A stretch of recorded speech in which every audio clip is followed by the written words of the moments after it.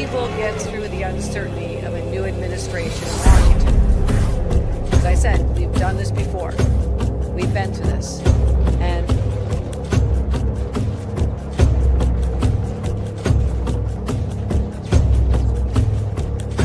isn't necessarily the best place to start. In fact, I think our reverence for the truth might have become a bit of a distraction that is.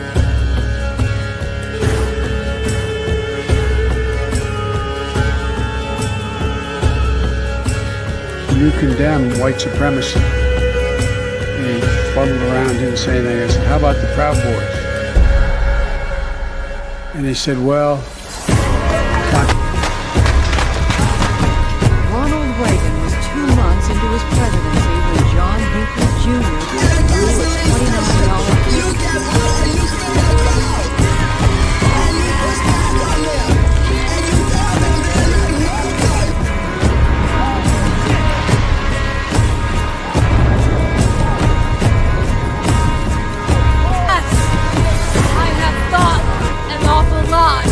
About blowing up the White House.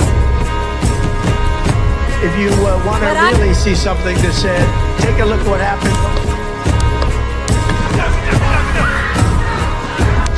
want to take this message to talk to your viewers real quick about the story, the conversation we need to have now. The BOP is wasting lots of tax dollars in frivolous spending, and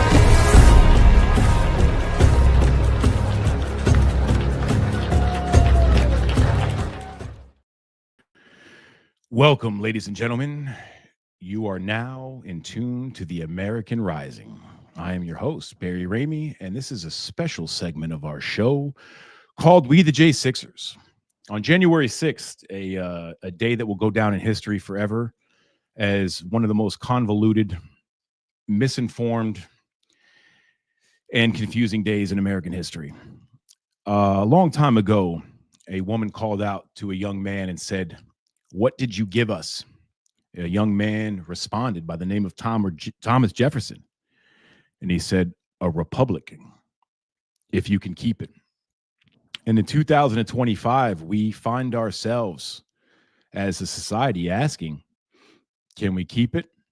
Most of our political opposition still refers to this great nation as a democracy. But a democracy we are not. We hear them chant over and over that this is what democracy looks like. We know. That's why we don't want it. That's why we want to keep our republic. For 4 years, the men and women involved in January 6th were labeled as domestic terrorists. While they were sent to prison to serve sentences, a narrative was formed around them.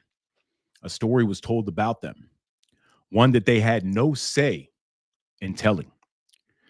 On January 20th, 2025, the American people re-elected Donald J. Trump as the president of the United States, and he pardoned over 1,500 men and women involved in that day, and they are free now to tell their stories, their truths, and we are here to listen, and that's what we hope to do.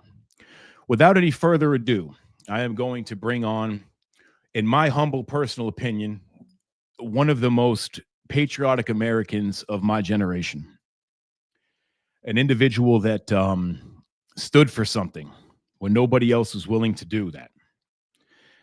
A person that the FBI has, for the lack of better terms, had a hard-on for a long time.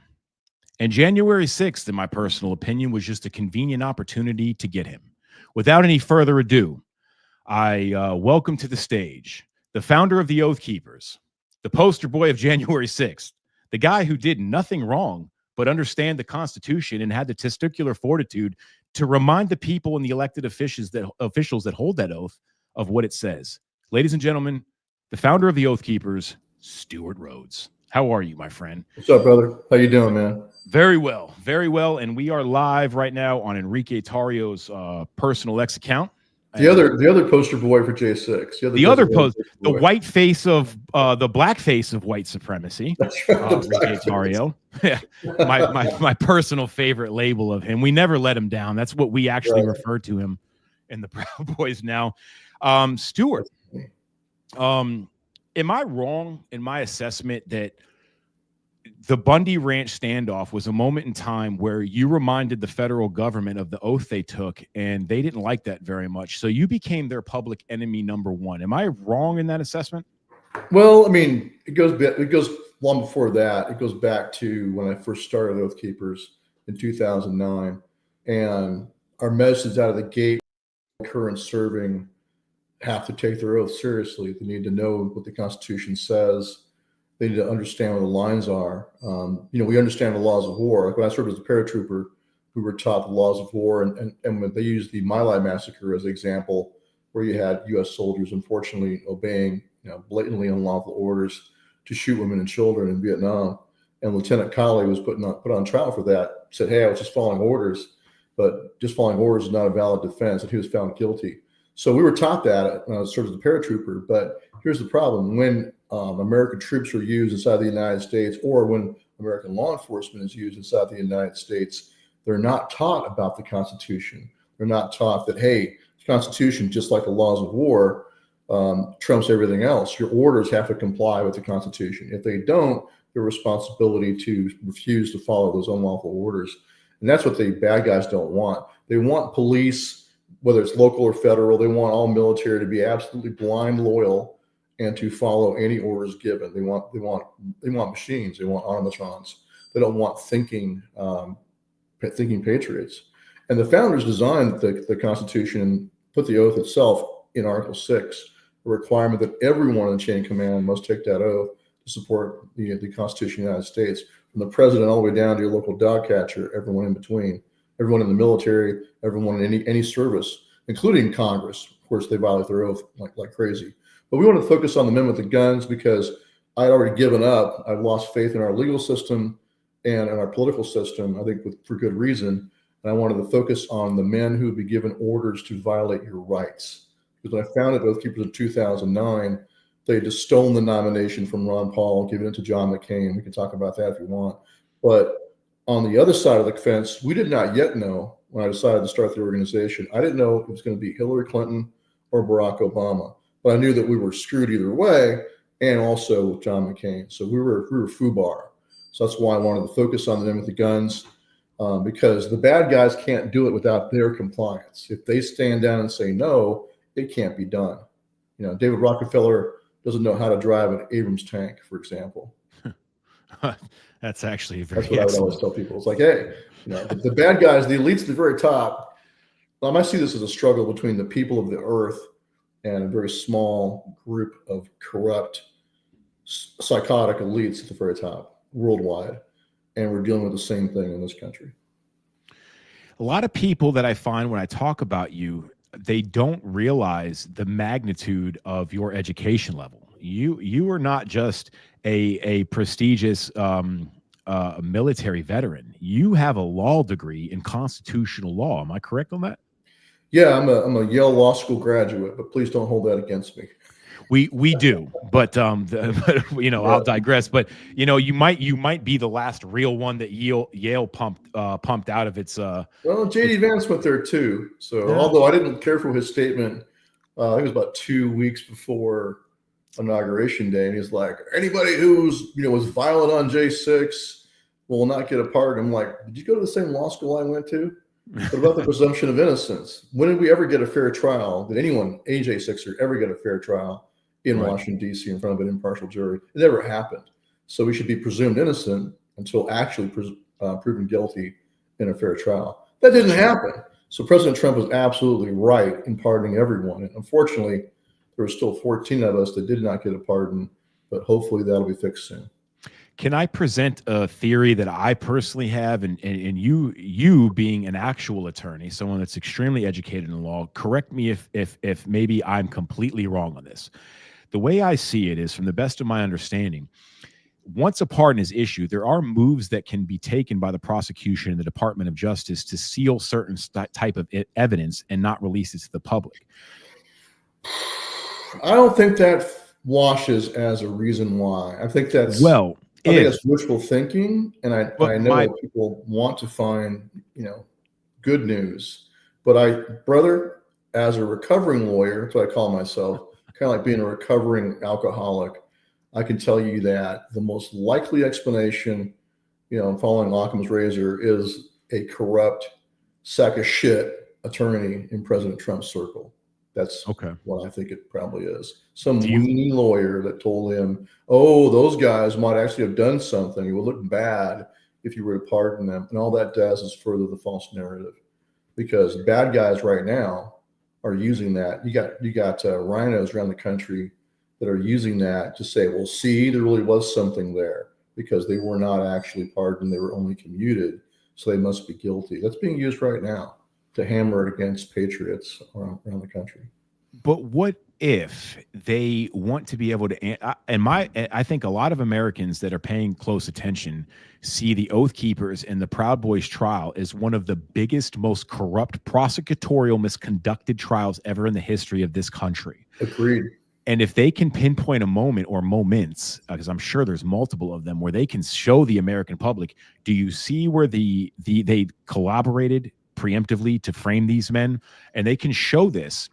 I think there might be some validity to keeping the cases open to be able to show the people in the meantime, followed by a pardon. Because I think a lot of Americans would agree to me, at least the ones that are on our side, the Oath Keepers and the Proud Boys are among, I hate using the word literally because it almost does nothing for it, because it is what it is. You guys are literally the most innocent ones in all of this. Well, I mean, in the sense that what? The sense that you never insulted anybody. You never planned anything. There was multiple lies told against you in your trial. You did nothing against the law or the Constitution. In fact, you went out of your way to follow it, and that can be proven. Yeah. And there's more, but let's just start with that.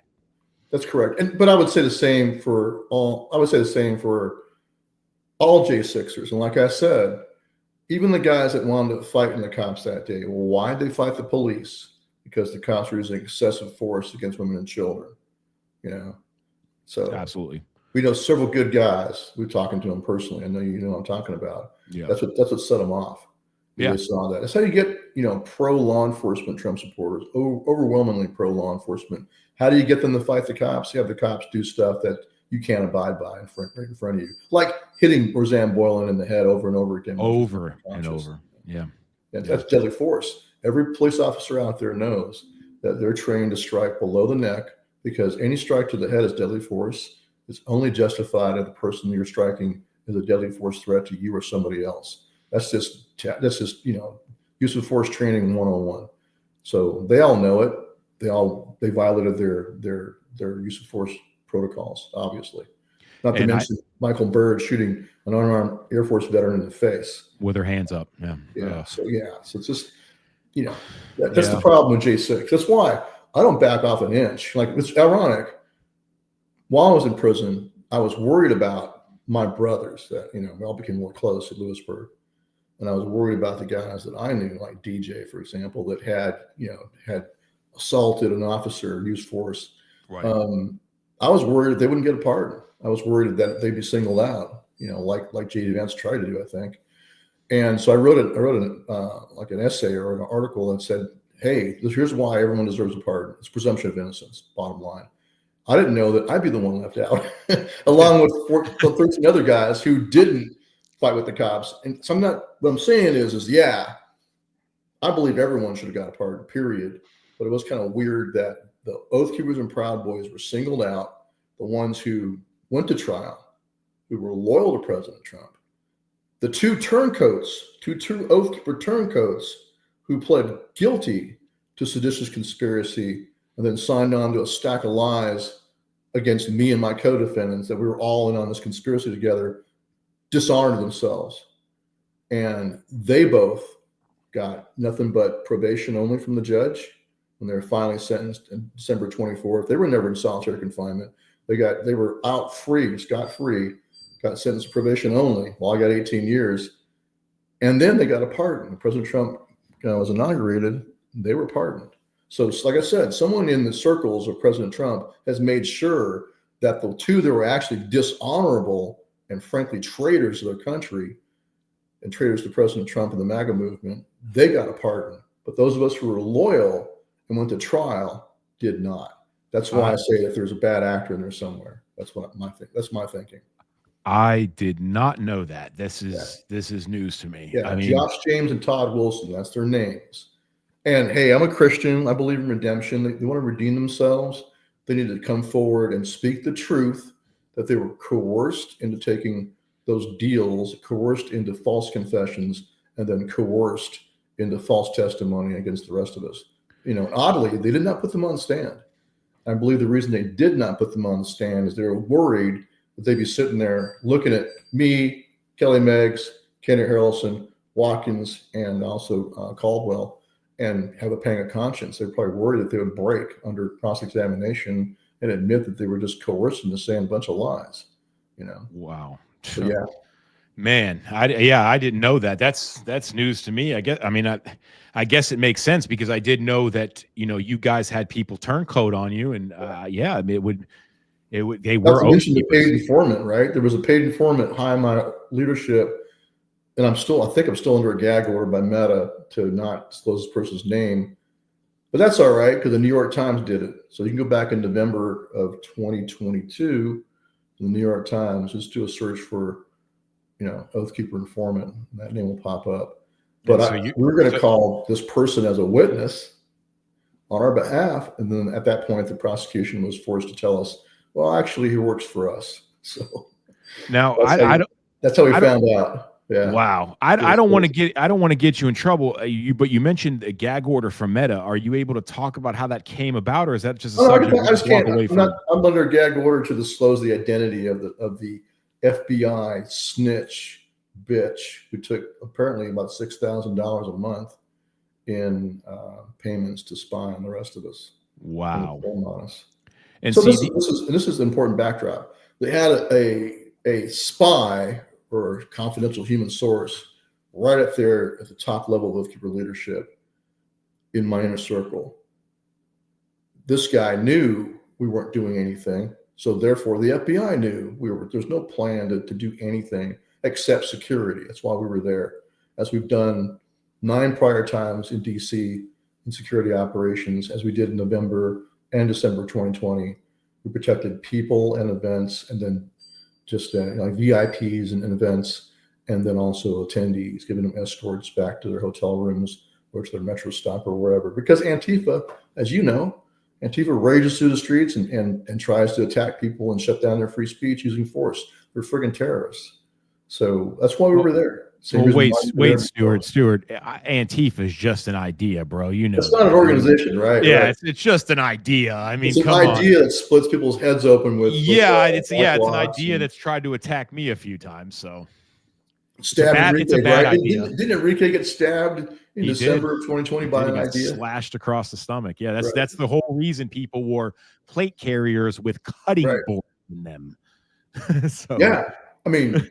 Like one of our witnesses, one of our guys from Wyoming, they were like, why are you, they brought him in. He wasn't charged, but he was a witness. And they're like, why are you wearing body armor in this picture? And he was pretty funny. He's like, to the prosecutor, he's like, you ever been stabbed, sir? And the prosecutor's like, no. And he's like, I have, and it sucks. So that's why I was wearing, this is a big dude. He's like a friggin' Viking, he's like 6'8", but he still wears body armor because getting stabbed sucks. Yeah, it's terrible. I caught a little one in the face in jail, and it was terrible. I hated it. Did you? Okay. I did. Yeah, I did. Little. Put it this way, this might come as a surprise to some people, but one-on-one fights in jail are not fair. Really? Yeah. So if you start winning one, you might be likely to catch a little improvised that's the reality poking device in the face. Watch out for blades. So where do you catch at? Where's it at? Right in the nose, man. Right here in the nose. It actually started over watching Tucker Carlson, so I call my scar Tucker Scarlson. That's my little buddy. That's kind of like your dueling scar, right? Like it's a reminder that be careful. Shit's no one's really getting better of it, and he pulled it out of where? Yeah, and it's funny because I managed to rip out a handful of his dreadlocks, and Scooter Jackson was trying to get one of his dreadlocks out of the garbage to make a bracelet out of it. So I thought that was kind of cool. Did you get it? I don't think he did, because Scooter ended up getting into a brawl and whooping some ass and getting taken out and putting in his He shoes. didn't end up with a trophy. Yeah, he tried. While he was digging for the dreadlock in the garbage, he was attacked and had to defend Where was himself. this at? This was at Northern Neck, which was a shit show, and I hated it. I did not go to Northern Neck, but from what I hear, it's like probably the worst place anyone was at, right? I witnessed this firsthand, and I'm sure there's some DC Gulag folks that will collaborate. The DC guys were at the end coming to Northern Neck through transfer, and they were dying to go back to DC after a couple of days. That says something, because DC is a shithole. DC is bad. Okay? Northern Neck is worse. Yeah. So if DC is a shithole, what's Northern Neck? Northern Neck is the bottom of the outhouse, or what? I would just call it Syria. Syria? Yeah, just call it Syria in the U.S. Northern Neck. Stewart, let me ask you this. Your trial, along with the Proud Boys, was probably the most expensive, longest, and most showcased trial in history, and that's saying something considering the 90s and OJ. Yeah. What would you say we could probably do a whole show and talk about the prosecutorial misconduct that you witnessed alone in your case? But let's talk about that. What did you notice being a Yale constitutional attorney, someone that understands not only the Constitution, but the laws and legislation that surround it? What would you say was the biggest eye-opening, most corrupt thing that this Department of Justice did in your case, along with January 6ers in total? Wow, where do I start? Yeah. I mean, first of all, holding us in solitary confinement. Like, I was in solitary confinement from the day of my arrest, January 13, 2022. It took them a year because I didn't go inside, unlike my co-defendants, and I didn't fight anybody outside, unlike other J6ers. So it took them a year to cook up false testimony. Those two guys that pled out, they had to go cook up crap. So I'm out. I mean, obviously, I hadn't attacked anybody or committed any insurrection in an entire year since J6, and yet they denied me pretrial release and I was in solitary confinement from day one. So solitary confinement the entire time, pre-trial, during my trial, and even after my trial. So after we were sentenced, me and Kelly Meggs were both thrown right into solitary confinement in DC jail, DC Gulag, just for the heck of it, for 6 more weeks. But I went over a year without direct sunlight over my head or my feet on the grass. Not until I came to Lewisburg with you guys. That was freaking awesome. The yard in Lewisburg was heaven after that. So that's one big thing. And the whole goal was to coerce us, to break you, make you lose hope, and then coerce you into a false confession and then false testimony. Like all the other guys, Kelly Meggs was directly offered that he could go home.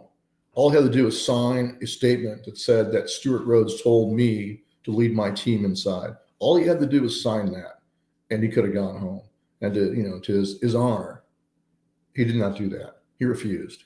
That's incredible. We all did the same thing. We all said no. But they sent us this nasty letter saying that, hey, we consider this conspiracy.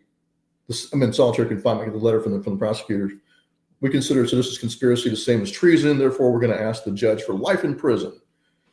And you have 10 days or 2 weeks or whatever it was to make a deal. To make a deal with us. And so I just wadded that piece of crap up and threw it in the toilet where it belonged.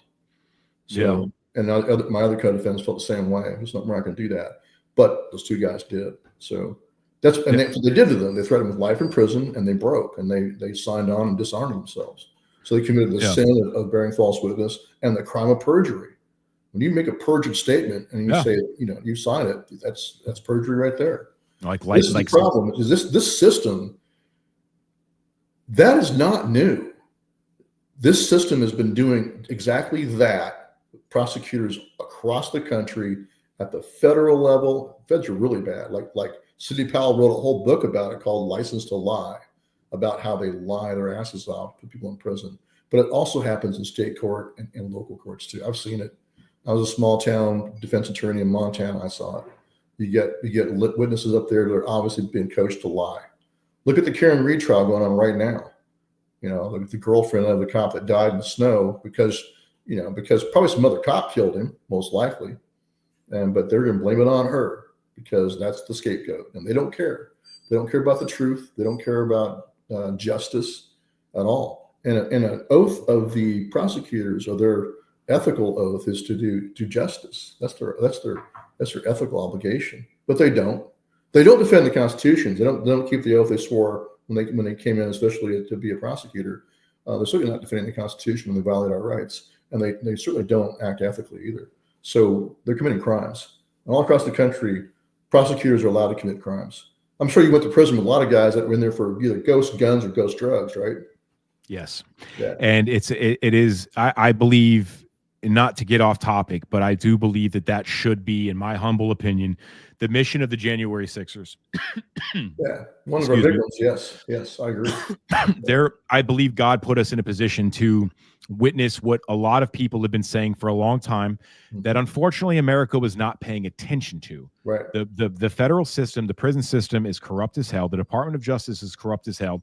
They're not joking when they say they can indict a ham sandwich, as ridiculous as that statement is. Yep. They can. And I think the Oath Keepers, the Proud Boys, and every J6ers got a taste of what it's like to be a ham sandwich in North America. Yeah, exactly right. And that's true in the normal course, because grand juries, you don't know what's happening. You're not there. None of your witnesses are there. Your lawyer's not there. It's only the prosecutor, and the prosecutor allowed by the judge to lie his ass off to the grand jury, to say things that are just completely false, to present false testimony by coached witnesses, get up and lie to the grand jury, again, not held to account. So it's just like it's a system of lies, a lie factory. And you don't know you're already in this in the factory. You're already on the conveyor belt on the way that ends in a prison cell. That's what you're already on. You just don't know it yet. Sure. Because they put you on there without you knowing it, and you're not there to look at what's going on with that widget that's you going down the conveyor belt. The prosecutor guides you along that process. The friggin' grand juries are treated like mushrooms, kept in the dark and fed bullshit.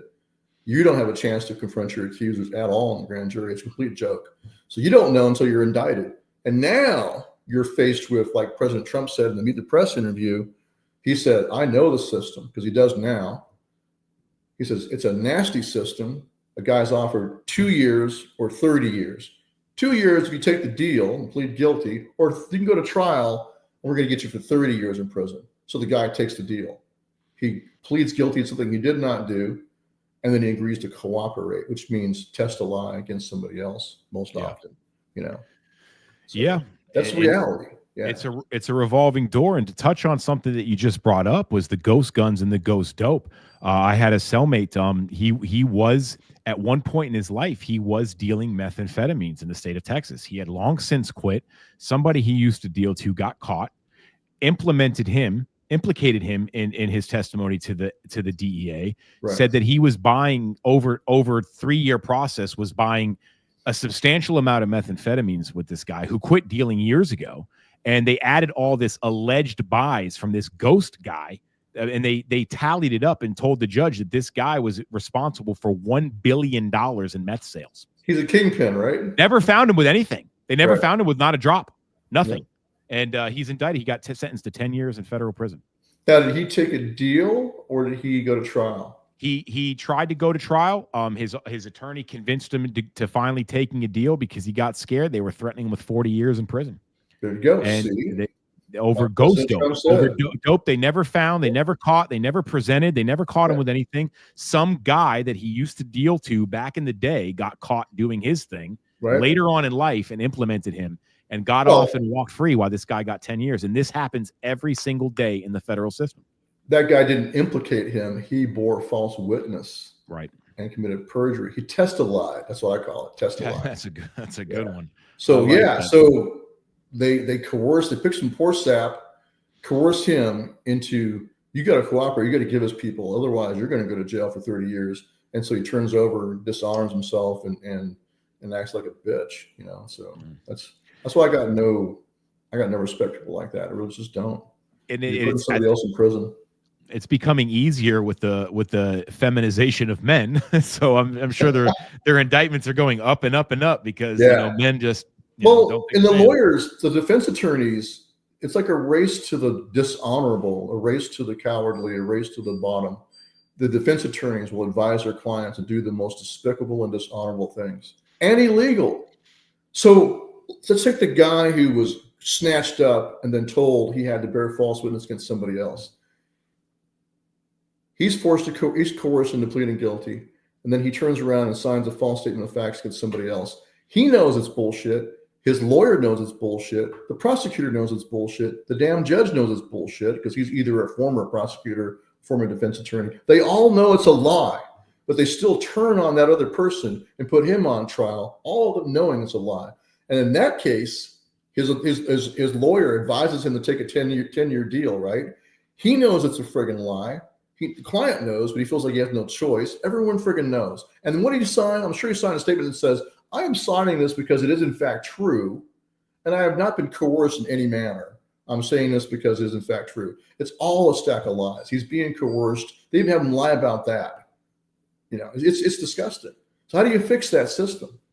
I blame lawyers and I blame judges. And judges are just lawyers in black dresses. That's all they are. It's just more friggin' lawyers. So, like I said, yeah. Well, it's bad. Sidney Powell's book, it ended up becoming like almost the guideline for us of what we were going through. The License to Lie book. It pretty much told us everything we ever needed to know. Just we read it a little too late. I read it years ago. I had no idea it was going to be used as a manual. Yeah, I mean the 1512 and everything. I mean, oh my God, it came right out of Enron. That's right. Yeah. It's so telling. Like it's a sign that liberalism is actually dying, because the true liberals, the very few remaining, saw what was happening, and even though they suffered from hating Trump syndrome, they were able, like Dershowitz was able to see, guys, you're breaking the law to prove your point, proving that he's right and you're wrong. So, but there were few and far between. Yeah, so, I mean, Gabbard, John Kennedy Jr. Yeah, it's all the real liberals. Seems like they voted for Trump. All 10 of them left. Yeah. So let's go to let me ask you this, because I've been asking a lot of the guys about diesel therapy. Were you subjected to that pre-trial? Did they move you around a lot? I was at Cimarron first, Oklahoma for 2 months. Then I went to Alexandria, and I was pretty much there for about a good year, but in solitary. So they did, when I was in Cimarron, Oklahoma. That was a crap hole. It was like an old state penitentiary they built into refurbished as a federal holding facility. That's the one at the airport. They flew me twice back east. I thought I was being, flown back east, and then they brought me back. It was really kind of weird. I'm on the plane, then I bring all the way back again. So there was that. I'm not sure if that was intentional or not. But then they put me at Alexandria, and that's where Joe Biggs wound up, Dominic Pizzola, and then also I was there too. Yeah, I was there. That's where I first met you. Yeah. Yep. So we wound up there. So I didn't get the diesel therapy other guys got, but they just kept me, away from everybody else. They didn't want me. Here's one thing. I'm a Yale Law graduate, right? Never, not one time did I ever have access to a law library, ever, for my own defense, to help with my own defense. Never. The excuse, that's why I was at Alexandria. The excuse there was, the COVID, our law library was shut down because of COVID-19. It's just not open back up again. So I'm just SOL, no access to any ability to go look up case law. So like you're and this is not even hyperbolic. You're literally the only person for some reason in the whole system at that time that's not allowed to access the law library while their pretrial release has been denied and they're in jail fighting their case in pretrial. Well, I think the same thing happened because Joe Biggs was there too, right? It should be the same situation for him. Oh, they wouldn't let him in either. Huh? They wouldn't let him access it either? Yeah, well, I don't think so, man. We should ask him about that. I'm curious. Because Dominic Pizzola was there, Enrique Atari was there, and Joe Biggs was there. And you were too. Did you get a law library access when you were I never even tried to access it. Okay. My lawyer was handling it. I at that point I had full faith in her. I doubted her at first, but she just continued to destroy and deliver. So I just threw it in the air and gave it to God. Fortunately she did a bang up job. So who was your lawyer? Farhina Siddiqui out of I think she's Alexandria. She's out of Alexandria. Liberal but constitutionalist, and I was the first case to beat the 111Bs and have them reduced to 111As under the law because she fought for it and went to war. A deadly weapon, right? Yeah, exactly. Right. And so fortunately, a lot of other cases were able to use my case because she had the testicular fortitude. you know, and not to toot my own horn, but toot, so did I, to go to trial. I did a bench trial and said, fuck this, Yeah. you know, whatever.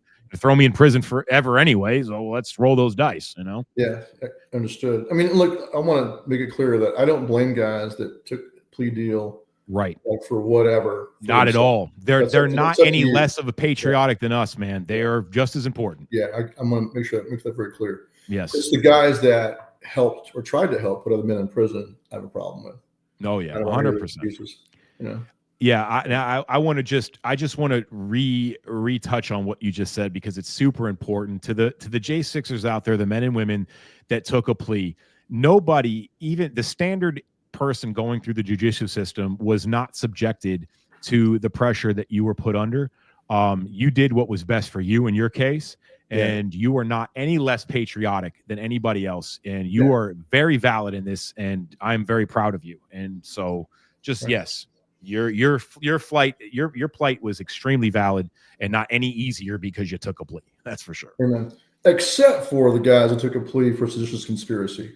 I'll draw that line there. Yeah, no one's talking to you guys. We know who you are. If you agree to say that yes, I was involved in a seditious conspiracy with other oath keepers, for example, or Proud Boys, then what you're doing is helping to further the false narrative. Sure, willingly doing it. And that, I'll draw the line at that one. But oh no, 100%. I guess I got to think about what happened to us. Yeah. I'll tell you, it was a breath of fresh air at Lewisburg, man. You know, like God, you know, just to be treated like a normal prisoner, which still sucks, but that's all we were ever asking for. But hey, man, like I said, being able to walk outside for the first time in over a year and take my shoes off, my feet on the grass, and then look up at an open sky for the first time in a friggin' year was the big deal. And that should show people how bad the system this country really has. It's bad. Oh yeah. I have a pretty fond memory of Lewisburg. It was me and you walking around the track, and we're just talking about politics and fucking shit. And they have a gun range for the officers off the property, but you can hear them practicing and target practicing. And I remember we were walking around, and you heard the pop, pop, pop, and you instantly turned around as if you had a sidearm. Your automatic amygdala hijack was just to turn around and take guard. As soon as you realized that this was not a threat, you went right back into character and continued the conversation. And see, muscle memory. Men can tell when people are faking it. Like, that was not fake. That was a real amygdala hijack of years of fight and flight, like, you know, processes in your brain. I was going from my pistol. It was an awesome. I did not have. Yeah, but I mean, my ghost gun. I was going for my ghost gun. And that's why you got 18 years, buddy. That ghost gun in Lewisburg. That's funny. I forgot about that. Yeah, that was a good moment. That's, that's another reason why, we got to get pardons, man. Because like me and Dominic and Joe, Joe's an airborne veteran. Dominic was Marine Corps, and then you got Kenny Harrelson also. Zach as well. Zach Real. Our disability payments and our veterans benefits, so that you've earned. You've earned. So it's really kind of a weird experience to be. I mean, already getting hammered, right? So now we're in solitary confinement, just been convicted of seditious conspiracy, which is complete nonsense. Like, that's like the most ridiculous insurrection in world history, where we left all our guns in our hotel room, Yeah, and fuck. I was almost going to catch myself and say, I wish the liberals would just look at the facts. But by the time I even thought the fucking sentence that I was about to say, hey, they can't tell you what a woman is. Woman is, Their capacity to reason and even acknowledge reality in front of their face has been destroyed. I think we're up to like 87 genders now. Before I want to take a moment real quick to put this out, and I'm going to say this a couple times. I always, when we, the J6ers.com, we interview the J6ers, these men and women are rebuilding their lives.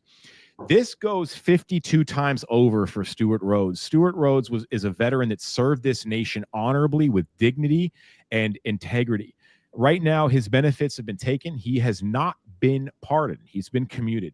His life is in shambles. He's being doxxed. He's being targeted. His X account is being suspended. Every means for rebuilding his life have been taken from him. They are preventing him from getting back on his feet. I do believe humbly that we, the people, have a patriotic responsibility to take care of our own. And let me give you a point on that.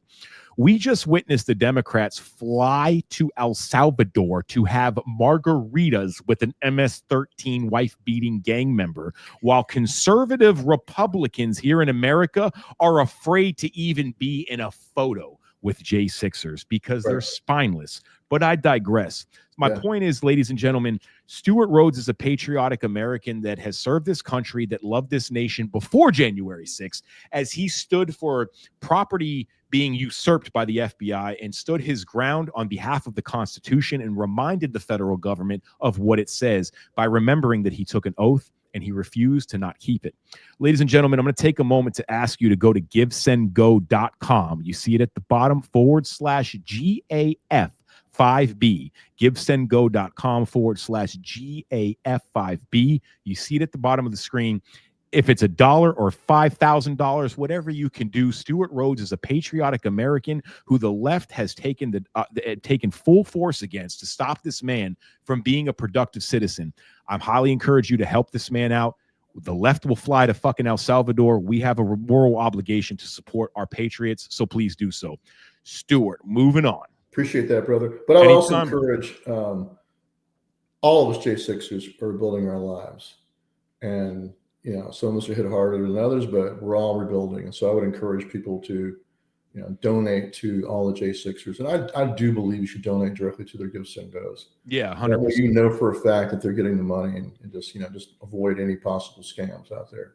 Absolutely. On WeTheJ6ers.com, we do not have a WeTheJ6ers.com fund. All of the people on that site, their profile, you click directly on their profile, that money goes directly to them. So, you know, it is very important. These guys and women have had their lives destroyed by the Biden administration and the corrupt DOJ. That is not a conspiracy. This is happening, and they're still living it. Joe Biggs just tried to buy a house, and the realtor, after approving him, just learned who he was and took that ability to buy a home from him based on who he was. This is something that all of us are dealing with, and like Stewart said, some more than worse than others. That's a violation of equal protection laws and common carrier. He has a good lawsuit on that one. Good. You know, you can't have the if you've been set free. This is the problem with us being commuted. We're still, this problem Joe's dealing with too. I'm still a convicted seditionist. Whenever I flew, until they got rid of Quiet Skies, they just got rid of that finally. But until I flew that last Thursday, I was flying into DC to attend Lieutenant Shane Lamont's sentencing. Me and Enrique were there. And I was live streaming. Yeah, that was quite an eye opener, man. We could probably talk about that a little bit. But sure, that was the first time I flew since I got out, where I didn't have the Quad S and have that treatment. So it was kind of nice. It's refreshing that Chrissy Noem got rid of the Quiet Skies program because it was used exclusively to target people on the political right. Yep. Since, you know, the Biden regime started. So yeah. We're still convicted seditionists, so it's still, the taint is still there, you know.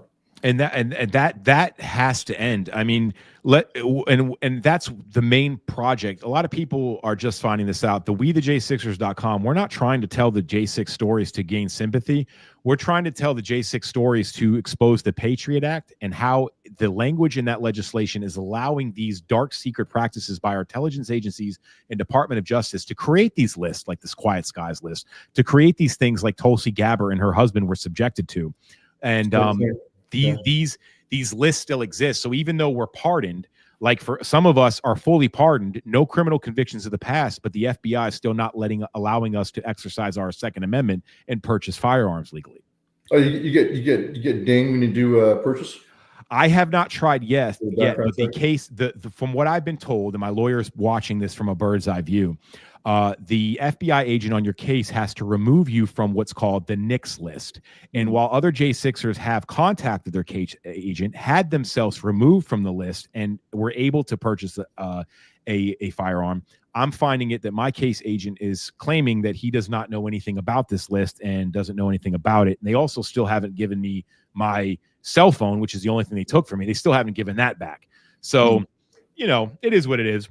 I don't even want the damn cell phone. I just don't want them to have it. I'm going to give it away to someone who needs it. But in pieces when you get it back. I've seen that done too, right? Oh yeah. Yeah. But I don't trust that phone. I don't want it. I don't, you know, exactly. Crazy. I don't want anything to do with it, but I just don't want them to have it. I want my property back, and I'll donate it to someone. What it you were in a unique situation, as all of us were, that we were around each other. We were very intimately confined. We got to see each other's cases. Did you witness anything that was consistently being done that was nefarious by the Department of Justice, that was indicative to all of our cases? Yeah, what would intimidation of witnesses, prosecution of witnesses. That's what happened to Shane Lamont. That's why we were there at his sentencing, because he was prosecuted for obstruction of justice and lying to federal agents. But they only decided to do that because he was going to go testify for the Proud Boys trial. Mm-hmm. So that's when they hammered him and threatened him. They actually told him, hey, if you testify, we're going to indict you. They went ahead and indicted him anyway. And that shut him up. Same thing happened to us. Kelly Sorrell, our general counsel for Oath Keepers, had given like a 6 or 8 hours of testimony to the J6 Select Committee. But then she was happy to come testify for us. But then as soon as we announced that she was going to be one of our witnesses, bam, they indicted her. And then after that, she clammed up and pled the fifth. And then other witnesses we had that were, like Dario Clina, who was right there with me and Kelly Sorrell on J6, guy from Florida, good man. But when he came in with his lawyer, here we go with lawyers again, right? His lawyer advised him, took the stand, pled the fifth, wouldn't say another word, and got up and walked out, even though he was right there with us and could have testified that, oh no, they were eating chicken wings and watching President Trump's speech, wasn't even paying attention to the Capitol until they got a phone call that Trump supporters were fighting with the cops and they wanted to go. We went down there to make sure our guys didn't get in trouble. That's why I went down to the Capitol. I wanted to make sure that our teams that I knew were coming from the Ellipse, escorting VIPs and speakers to the next event, which is going to be Al Alexander's event right outside the East Capitol doors. That's where the event was supposed to take place. I just want to make sure that they didn't get wrapped up in whatever was going on down below on the west side. I didn't know what was really going on there, but I knew that there were some folks getting in scuffles with the cops. So that's why we went to the Capitol. So I'm standing outside, trying to find my guys, trying to connect with Kelly on the phone, do my best to connect with the whip, Michael Green, our operations leader. And then that's pretty much it. That's what I was doing that day. But they spun that as, oh, he was a general, organizing his troops and ordering his troops inside the Capitol. And like I said, it's the most ridiculous citizen conspiracy in world history. So I had Jeremy Brown, who's a Special Forces retired Oath Keeper from Florida. You probably know Jeremy, right? Mm-hmm. So he was there, but at that moment, he was escorting an old lady back to her hotel room because she was one of the I think the mother of one of the speakers for Al Alexander's event. And she was worn out. So he was escorted back to her hotel room.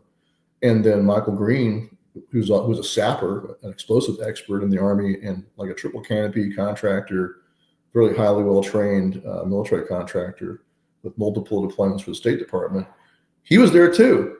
How come I didn't send those two guys? If I was actually plotting to overthrow democracy or whatever, I would have sent my two most experienced warriors into the Capitol, right? Sure. My Special Forces combat vet and my explosives combat vet, and then I had him cook up a bunch of IEDs and car bombs, and we would have brought rifles, but we didn't do any of that. So instead, unarmed, Kelly Meggs, the auto car dealer, great guy, but he's not Jeremy Brown, but he goes in the Capitol. That's who I would pick to lead my team in. So it's just complete garbage. Kelly Meggs and his guys went in because they got sandwiched in there along with the rest of the crowd when the doors were opened by somebody else from the inside. They went in I think it was 20 minutes after Congress had already recessed. So they didn't lead anything. They didn't breach anything. They just walked in through doors along with a bunch of other people. And when they were inside, they actually helped police. It was a little bit different. And they wouldn't allow, correct me if I'm wrong, they wouldn't allow the footage that showed Kelly helping the police. They wouldn't allow that in. Well, they what they did is look with Harry Dunn. I mean, there's cameras all over that place. Don't tell me there's not footage of them standing in front of Harry Dunn with their backs to him. Because what they saw is Harry Dunn's a huge black police officer, about 6'8", 380 pounds probably. But I'm just, pretty sure he may have a vagina. I don't know. I'm just speculating. I'm just speculation. Go on. But if it's probably pretty large because he's a big guy. Oh yeah. Well, yeah. So, but he was, put it this way, he was losing his shit that day. Mm-hmm. He was losing his cool. screaming at people, threatening to kill people. It's on video, threatening to kill people. I'll take all you MFers with me, all this kind of stuff. So our guys saw that, like Kenny Harrelson, Army vet, and they're like, hey, this guy is going to lose it. And he's like going to probably open fire on these Trump supporters. So they got in between, put their backs to Harry Dunn, the officer, put their face the Trump supporters, put their hands out, and just kind of dial things back. I mean, the Trump supporters weren't going to attack Harry Dunn anyway, but he probably thought they were. Sure. So they just dialed it all back, made it very clear that he's safe. Don't worry, Harry, we got you. And avoided him probably unloading his magazine on those people. That's what I worry about. But it could have been pretty horrible. You know, I mean, you've got your enough. So you've got your guys in the Capitol protecting police officers. You deliberately leave any firearms in the state of Virginia because that's what the law says. Right. Yeah. Sounds pretty domestic terroristy to me, Stewart. And then so the footage that would have shown our guys magically disappeared. Like that wasn't shown to the jury. You can see a video blogger coming by. He's like swooping across, and then bloop, goes black. Then it comes back on when he's back in the gallery with all the statues. So you and I actually had the same appellate attorney, Elizabeth Best. Okay. And while I was in FCI Miami, I would ask her, you know, how you're doing, what's going on. You know, I didn't know that. Okay, that's cool. She would just, you know, he's doing okay. You know, I never give me any details. You know, it's rightfully so, client privilege and all that. But I would ask her, and when the news came out about the officer that lied, that said he was in the area, witnessed everything, and then footage came out after the fact that he was nowhere in the area. Right. What was that officer's name? You want to talk about that was Officer Lazarus. And actually both Harry Dunn and Lazarus lied on the stand, because Harry Dunn lied. First of all, in his first 302, the first interview with the FBI, he admitted the Oath Keepers helped him. By the time he took the stand, though, it turned into, that was some other group of guys dressed like that. I was confused. It wasn't really the Oath Keepers. It was some other yet to be identified mystery men that helped me. The Oath Keepers were hostile. And then he says, and Lazarus was with me. Officer Lazarus saw them being hostile. That's what Harry Dunn said on the stand.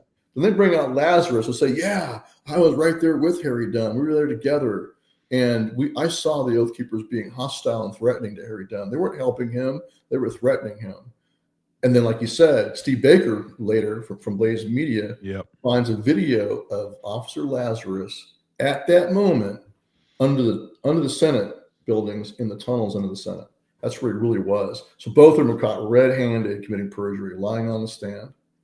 So they should be prosecuted for perjury. It's an open and shut case. And then they can turn on the prosecutors who suborn their perjury, who coach them to test a lie. That's what should happen. I don't know why it's not happening yet. So I don't know. I still have faith. I really do. I think that scenario that we just talked about Harry Dunn and Lazarus lying, that's just one of, as you know, more better than anybody. That's just one example of many examples of prosecutorial misconduct. So if I were Trump, and I would want to have access to everything to be able. So when I'm ready to show the American public how egregiously illegal and unconstitutional the prosecution process was for the Oath Keepers and Proud Boys, I can show that now. So that's why I all think the footage should be released, and I hope it will be. That's what we're hoping for. You being a law graduate, being a law somebody that understands law. What judge in the DC district would you say was probably the most corrupt in the way they prosecuted cases? Was it your judge, or would you, if you were going to give the award to one of these trash baskets, who would it be? I would give, maybe I'm biased, but I would give my judge the award because he made it very clear in my sentencing that this was all about my free speech.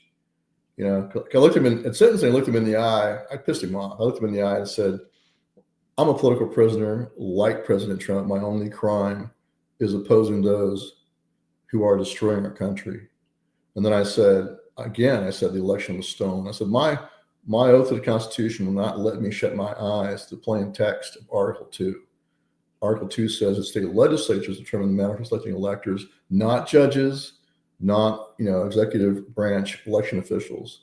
And when you violated the election laws of the states, you triggered a violation of Article 2. I said that all over again, and he didn't like that. And so when it came his turn to speak, what he told me. He said, you're smart, you're a compelling figure, and charismatic, and that's what makes you dangerous. That's what he said, something like that.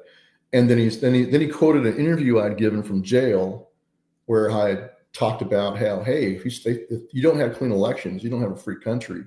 And if you can't elect your president or not elect someone else that they're just going to stick in there, then you're thrown back in the same place the founding fathers found themselves on. You're on the same road that they were on of having, what's your recourse?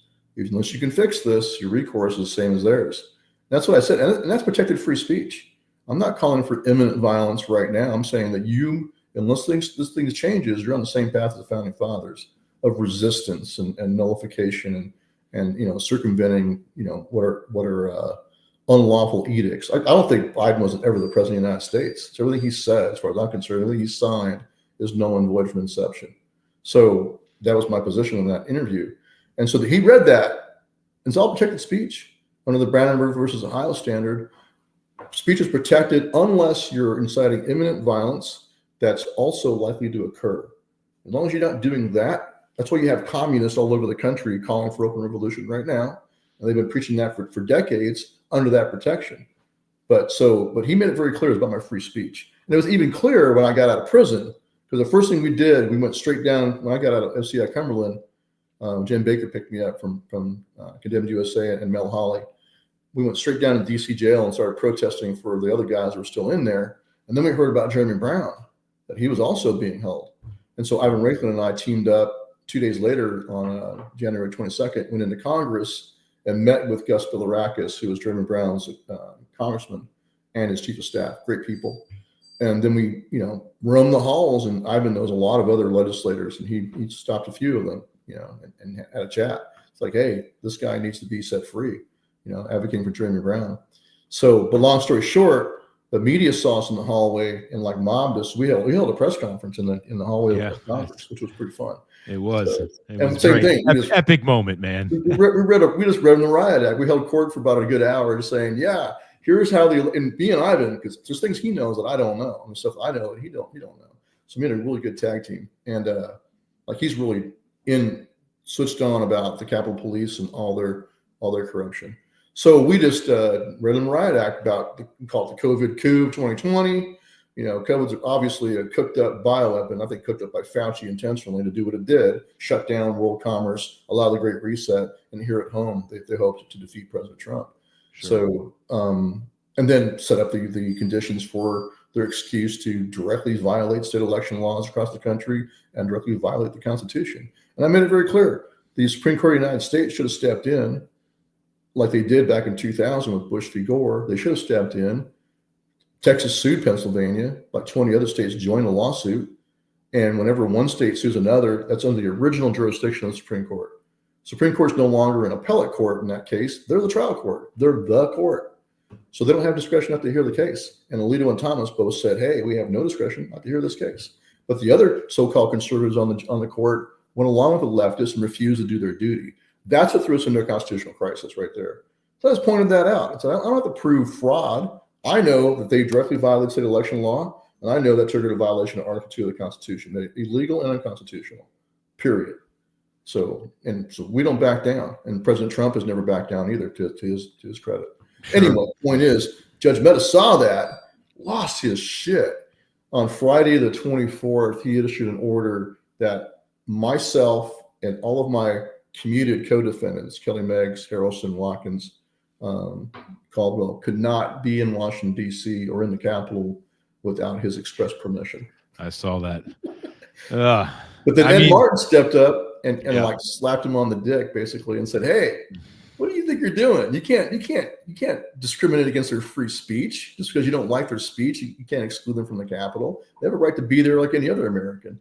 So far, I am loving Ed Martin. Yeah, I like Ed Martin a lot. Liking him, loving the guy, man. That told me a lot about him. And then he also said, and by the way, you're not respecting President Trump's intent. When he commuted these men's sentences, his intent was that they be no longer under any restriction on their travel or their free speech and assembly. So we've got a lot of work to do in that department then. But then Judge Mehta backed off. So But my Good. point is that I think Judge Mehta gets the award because it was Yeah. all about free speech the whole damn time. Yeah. He knows, he knew better, but he just Yep. doesn't care. He just wants to stop me from being able to speak.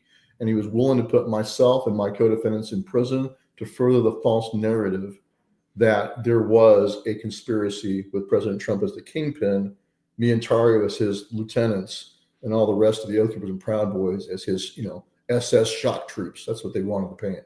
Yeah. Yeah. Well, I do remember that notorious and infamous meeting of you and Enrique just barely saying hi in some parking lot, and they were able to use that still image. Going back to what we were saying earlier on, they can indict and ham sandwich by just telling a story around an image and not providing any context. And they were able to use that and say that this was the moment that you guys were planning, and the conversation was literally, "Hi, nice to meet you finally in person. All right, have a nice night." Yeah. So they can't show that. That's why they didn't show the video. The video shows me walking up. I was escorting Kelly Sorrell to go. She's an attorney, and Bianca's like, "Hey, Ricky's across the street. Maybe you can help him with some legal advice." And so Kelly Sorrell's like, "Sure, I'll go talk to him." We were just escorting her because she had gotten death threats after she blew the whistle on some election fraud during the election in Detroit. So that's it. We walked up. I said, "Hey, man," because I'd never met Enrique until then in person. I said, "Hey, I'm Stewart Rhoads with Oath Keepers. I'm glad you're out of jail. Nice to meet you." And he said, "Oh, the pleasure's all mine." And then I walked away. That's it. But they can't show that video because that would show the truth that we just said hello and that's it. Instead, they showed the still photo. So that violated the best evidence rule. I mean, there's all kinds of rules that they violated by doing that. They just don't care. But like you said, that's the dirty pool they pulled. And the other thing I want to make sure people know this. Ray Epps, we could not open our mouths and mention that name at our trial. The jury was never allowed to hear that name. We couldn't show the video of him on the night of the 5th actually doing what they were charging us with, cooking up a plan to enter the Capitol, encouraging people to participate. He was actually doing what we were accused of doing. So, but we were not allowed to show that to the jury. The jury couldn't see any footage of Ray Epps on January 6th. Any of the stuff he was doing in the crowd was not allowed to be shown to the jury. You couldn't even mention his name. And you guys tried. You guys brought, and they deliberately said no. We were going to enter. I think it was Brad Geyer, Kenneth Harrelson's lawyer, good man, who was trying to enter the video of Ray Epps the night before and on the 6th. All that the judge wouldn't let any of it come in.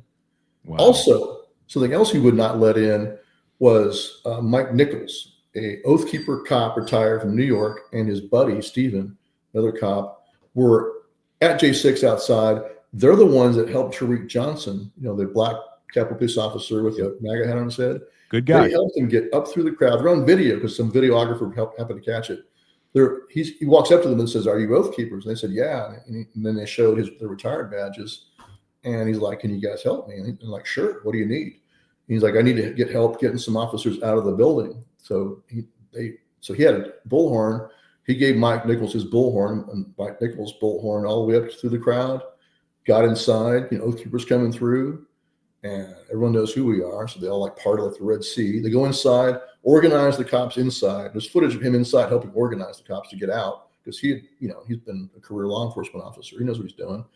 And then they walk back down with this long row of officers clad in body armor and whatever, and they're all smoked and tired and gassed out. So he brings them out. That's not allowed to be shown to the jury. Oath Keepers helping the police on that day, that was not allowed to be shown. The judge said that's not relevant. But they showed a confrontation from Louisville a few months before. We were down there protecting two pawn shops and a gas station from arson threats. The gas station owner was a lady. One of her employees had smoked some local thug that had tried to rob them. And after that, they targeted her place. So we were down there to protect that. And then the lefties caught wind of us being there, and they brought in a big crowd of people with cameras watching, and 5 or 6 thugs up front with visible pistols in their belts and their waistlines, getting in our faces and yelling and screaming at us. And we stayed cool. Kelly Meggs was there. Kenny Harrelson was there. Bunch of our guys, they were all cool as cucumbers. Watkins was there, cool as a cucumber. None of us did anything that's, there was no excessive force, no losing of anyone's cool. We're all good to go. But they showed that because they had some lefties saying, and look at this. Oh, these young men here are willing to die. And these oath keepers are coming in here. And their presence is leading to, potential for one of these young men to feel like he has no choice but to take action and then wind up being killed. This kind of crap. So they showed that. The judge thought that was somehow relevant to our trial from August of 2020. But actions on J6 by a good guy cop helping the police in the Capitol, oh, that's not relevant. Yeah. The cherry picking was just. So Judge Mehta is pretty bad. He's like one of the worst judges I've ever seen in my life. And he's still active. He's still active. Let me ask you, Stewart. Oh, yeah.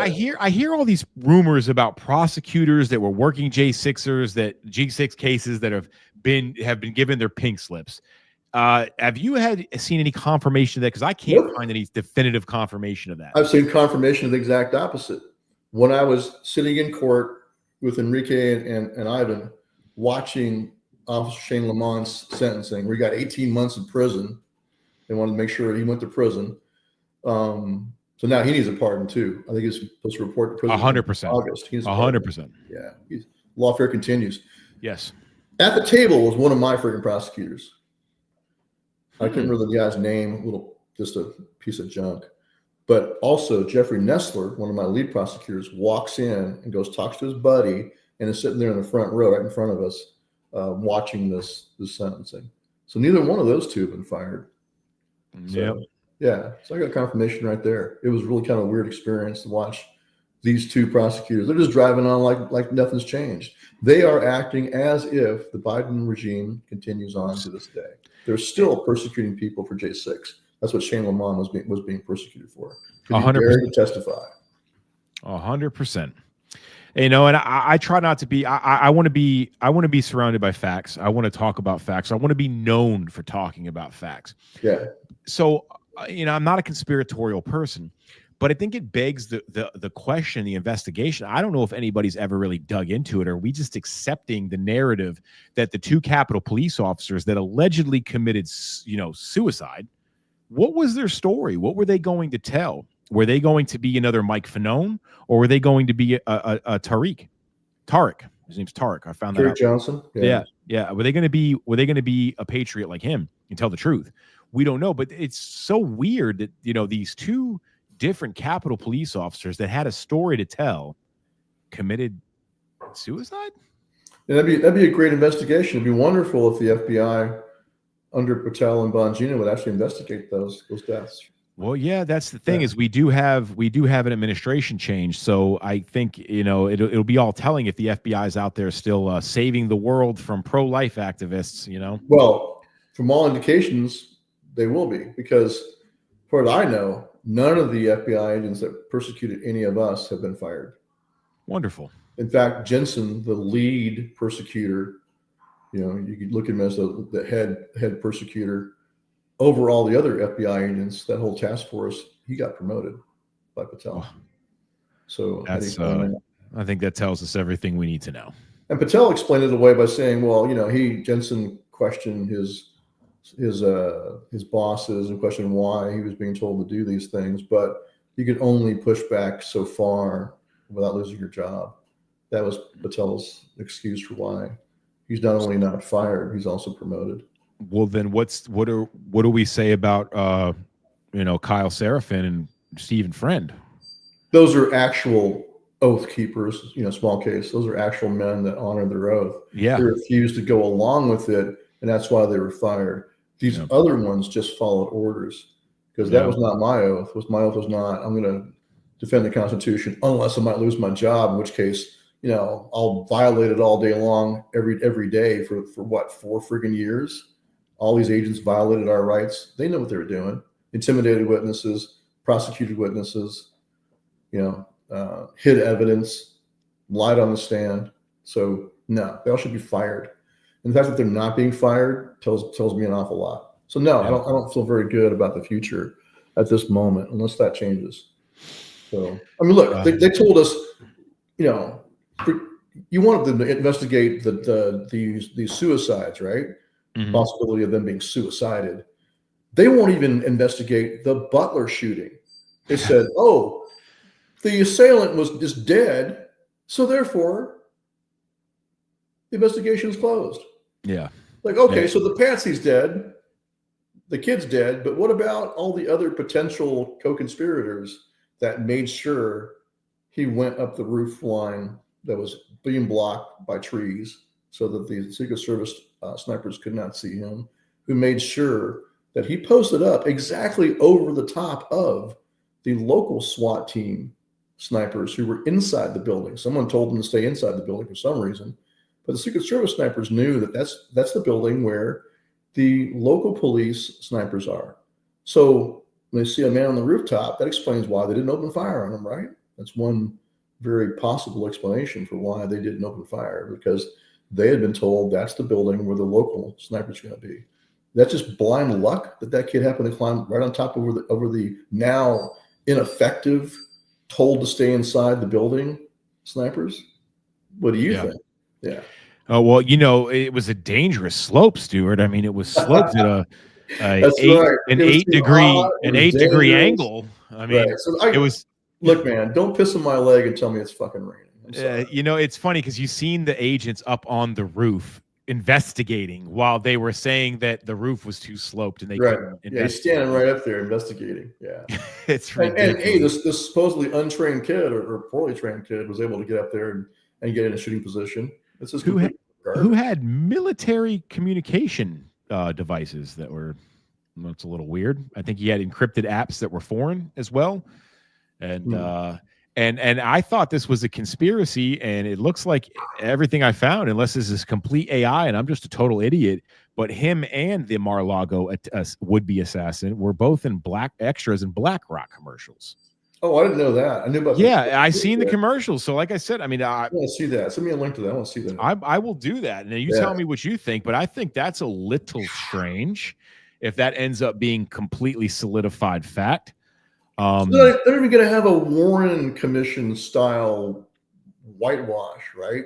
So when Kennedy was murdered by the CIA, obviously, he just would have killed somebody who's pulled back protection. They just pulled back all the protection that day and left him exposed to their teams that are in Daily Plaza, their assassin teams. But at least that had a friggin', whitewash. Here, you don't even get a whitewash, really. Do you? Yeah. There's no magic bullet. They said, "Oh no, hey, he died, so therefore the investigation's closed." Like, where'd you learn investigation 101? How do you know he was the only, even the shooter, let alone the only shooter? How do you even know? Yeah. Well, how do you know it's his bullet that hit President Trump in the ear? It might not have been. It might have been somebody else. Yep, so that's the whole investigation part. Yeah. From somebody that is versed in law as you are, what is your opinion about the J6 committee? That sham committee, the TV promotion during your trial. What would you say? How would you sum that act up? What would you characterize that as? I would characterize it as a made-for-TV Stalinistic show trial from the Soviet Union. That's exactly what that was. Just like they did back then. That's what they did with people in the Soviet Union. They would coerce them they would threaten to murder their families and coerce them into public displays of contrition and guilt, and they would execute them. That's what that was. That was our version of that. That's why they hired a friggin' Hollywood guy to produce it. It's just all pure garbage. And Ron Paul, I worked for Ron Paul for a year in Congress, and but he once said that truth is treason in an empire of lies. So that's what's really going on here. This was they total projection. They projected onto us what they did.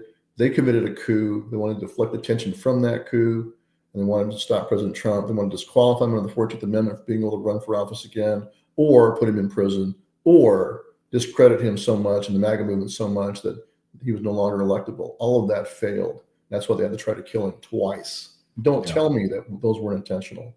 There's like the one in Florida, as an ex-infantry reconnaissance guy, I'll tell you right now, first thing I noticed is like, okay, why is it that tree line where that guy in the bushes, how come that wasn't walked by a dog team? That should have been screened and walked through before the president played. And why is it that his car was sitting over there on the street next to the friggin' golf course for what, 9 hours while I laid in the bushes. No one tried to wonder why this car's sitting here and where's the occupant at. So it's just complete garbage. There's no friggin' way you would let someone go out there and expose himself like that after Butler, Pennsylvania, when you know that you have lefties all over the country that want to kill him. Yeah. There's no friggin' way that to me, that was again a pullback of protection.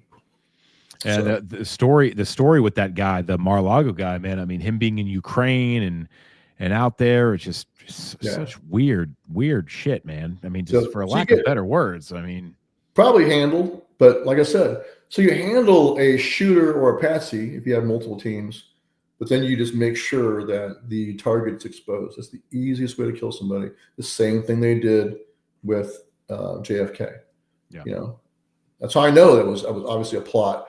Lee Harvey Oswald had no authority to order the Secret Service to not ride on the running boards right next to the president, like they had done the day before in Houston. They were pulled back and told to ride on the follow car instead. The 2 motorcycle cops that were riding next to him in Houston on that day in Dealey Plaza were told also to pull back and stay behind the limousine. So he was exposed. And then they ordered the local Dallas PD and Dallas Sheriff Department to stand down. They told Dallas PD, we don't want any of your undercover officers in Dealey Plaza. Keep them all out. We don't want them in there because they might screw up our plans, right? They might be alerted to someone looking hinky, it's like an assassin screwing a gun together, for example. So they made sure they were all pulled back. But the sheriff was told to stand down entirely. He told all his men, they formed up in a formation to salute the president as he drove by before he went down in the Dealey Plaza. But all his men were standing there in formation instead of being deployed out. But who ordered, Harvey Oswald could not order any of that done. So same thing with Cook. There's no friggin' way that was he just happened to land on the roof where the snipers were posted inside underneath him to cause a deconfliction issue with the Secret Service snipers. They're looking at that guy on the roof. They're figuring, well, it must be one of the local guys. That's who has that building, is the local SWAT team. It must be one of them. So that's what I think happened. I think they didn't realize it was a bad guy until he opened fire. And they pretty much cleaned the scene up, right? They didn't preserve the scene. They just cleaned it up. We've seen that before. Against all, preserving the evidence guidelines. I'm sure they learned. Hey, that reminds me of Bundy. No, it reminds me of Waco, actually. Yeah, same thing. The crime scene is bulldozed. All the parts are dispersed. So that happens over and over again in our history. History repeats itself, doesn't it? It does. Well, at least it rhymes. Like I think it was, who was it said that? Now I'm drawing a blank. Anyway, yeah. Who would you say? And now you gave Kelly Meggs a lot of props, because of the pressure they put him under. All of them were honorable. I think Meggs, Harrelson, Watkins, all of them could have gone home. All they had to say was Stewart Rhoads told us to go inside. They'd have been felons still, like the other guy, Josh James and Todd Wilson, but they would have gone home. Yeah. Yes. Yeah. I think that speaks greatly to their character. They deserve props. Yeah. Oh, 100%.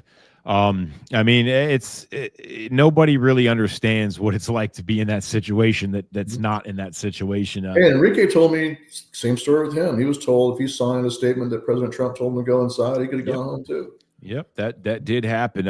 Without getting into too much details, there will come a time shortly where the smoking guns will be presented to the American public. I want to see that in writing. Have you ever filed any FOIA requests on your behalf? Not yet. I want to get my pardon first. That's what I'm focused on.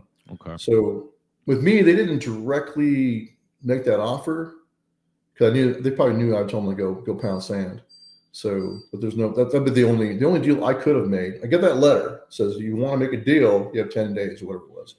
And the only deal I could have made would have been to turn against President Trump because I was at the top of the Oath Keeper pyramid. Everybody below me was encouraged to turn against me, and they would have wanted me to turn on President Trump.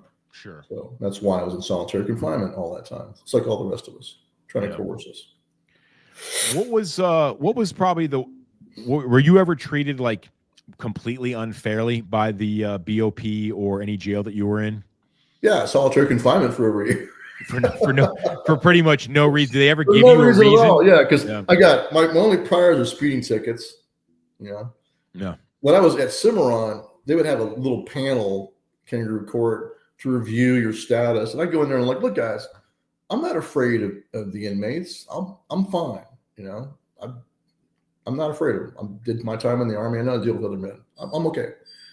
Oh, no, you're too high profile. If something were to happen to you, it could be a problem. That's what they said. That's their first excuse. Mm-hmm. And then it turned into, well, we don't want you influencing the other inmates. It turned into that too. So I heard different excuses everywhere I went while I'm in solitary confinement. But they basically just told me, you're too high a profile case. And they basically said the U.S. Marshals have told us to do this. And who tells the U.S. Marshal to do that? The DOJ. The DOJ. Yeah. Specifically Merrick Garland's office, but I digress. Yeah. They all work for him, It's funny because at Alexandria, I was before trial, I was in, administrative segregation, solitary for, I think, almost 3 months. And at first they told me it was because, I was high profile J6. And then when I finally sat down with, I guess it was like a case manager of the jail, she told me it was because we're so close to the Capitol building. Mm-hmm. That's why I was in solitary confinement, because somehow I'm going to break out and go back to the Capitol. And you're going to leave that. I guess get rearrested and beat up by the cops. So, it's interesting. We were talking before about how you're mentioning that us being in that situation is going to help bring light to it for other Americans that they can understand. This has been going on for a long time. But when Ivan and I went into the Congress to go advocate for Jeremy Brown's release, we went down for lunch in the cafeteria, and this young black girl walked up to us, and she's like, "Hey, just let you know, I'm a local reporter, and I kind of talked to you." I said, "Sure, have a seat." So she sits down and she tells me, she said, "I've been working the DC jail beat for 10 years." She said, "For 10 years, we've been trying to improve the conditions inside that fucking jail." She said, "Nothing has been done in 10 years until you guys showed up." She said, "You guys being in there caused change that made a big difference for all the other people that are in there whose families have been advocating for over 10 years for them to have better conditions, better treatment, better food, better conditions." And she said, that's, one of the good things that came out of this is that. And I heard that from guys in DC jail too. I heard that. You probably heard the same thing. Inmates in there were like, man, like when I went back for my sentencing and I was thrown in the hole there, I could, you can yell back and forth a little bit and talk to guys. You're like, man, things are much better. When I got my hair cut by a guy, he's like, yeah, man, conditions here are much, much better after you guys are here.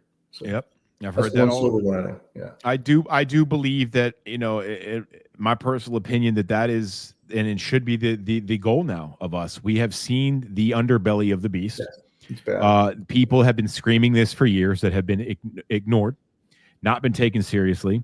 I think we owe it to all the men that we've encountered that are sitting in federal prison right now for sentences that they do not deserve, with ghost guns and ghost dopes and unconstitutional sentencings for crimes that aren't even real. The federal system, ladies and gentlemen, is riddled with men and women that do not deserve to be in prison.